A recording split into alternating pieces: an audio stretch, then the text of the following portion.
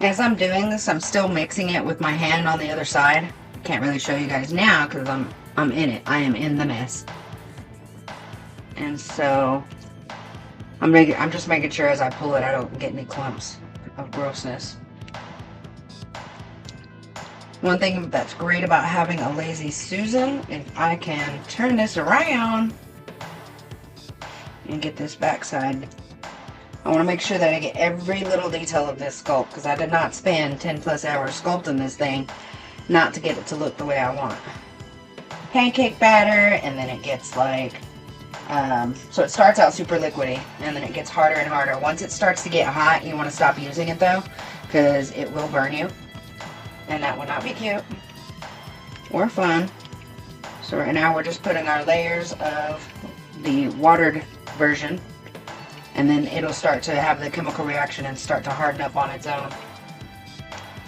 So I'm going to start to put a couple of pools on here and just kind of spread it around. Now this is the part why I built this wall around it, because this is going to drip and it's going to continue to drip, right? So I don't want it to spread all over the rest of the thing. As you see, this is messy as it is. And now that I've got my nice little coat on here, like my detail coat would be the first coat that you paint on. And now that I've got that on, I'm putting on more layers and just kind of letting it run down and spread everywhere naturally. You know, I'm letting gravity help. I'm trying my best not to get any air bubbles.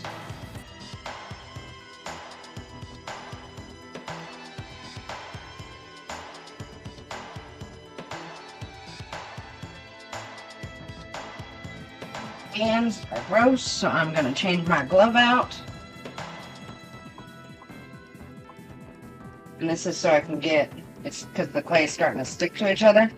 So I want to make sure it's nice and flat at one point, because I want, because I'm going to be, you know, painting this upside down all the time.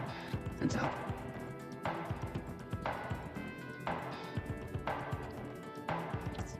Okay, I'm going to get these out of here. I don't really need them anymore. Smooth this bad boy out.